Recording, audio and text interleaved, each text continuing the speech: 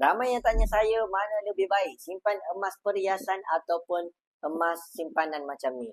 Zaman dulu barang kemas memang menjadi pilihan utama. Boleh pakai, boleh gadai bila ada kecemasan. Tapi zaman sekarang orang dah makin sedar bahawasanya simpan emas dalam bentuk jongkong macam ni ataupun dalam bentuk dinar itu lebih baik daripada simpan emas perhiasan.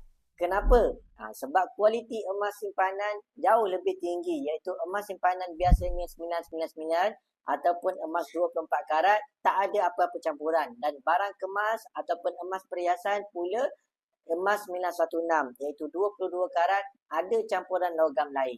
Dan fakta yang paling menarik adalah emas perlaburan macam ni jauh berkualiti dan bernilai berbanding emas 916. Jadi nak buat simpanan untuk jangka masa panjang, pilihlah emas 99 macam ni. Nak simpan dekat mana? Pilihlah Public Gold, iaitu syarikat pengeluar emas terbesar emas pelaburan macam ni. Nak saya bantu, minimum RM100 dah boleh buat simpanan emas dekat Public Gold. Tekan link di bio saya, buat pendaftaran secara percuma dan saya akan bantu sebaiknya. Teruskan follow saya.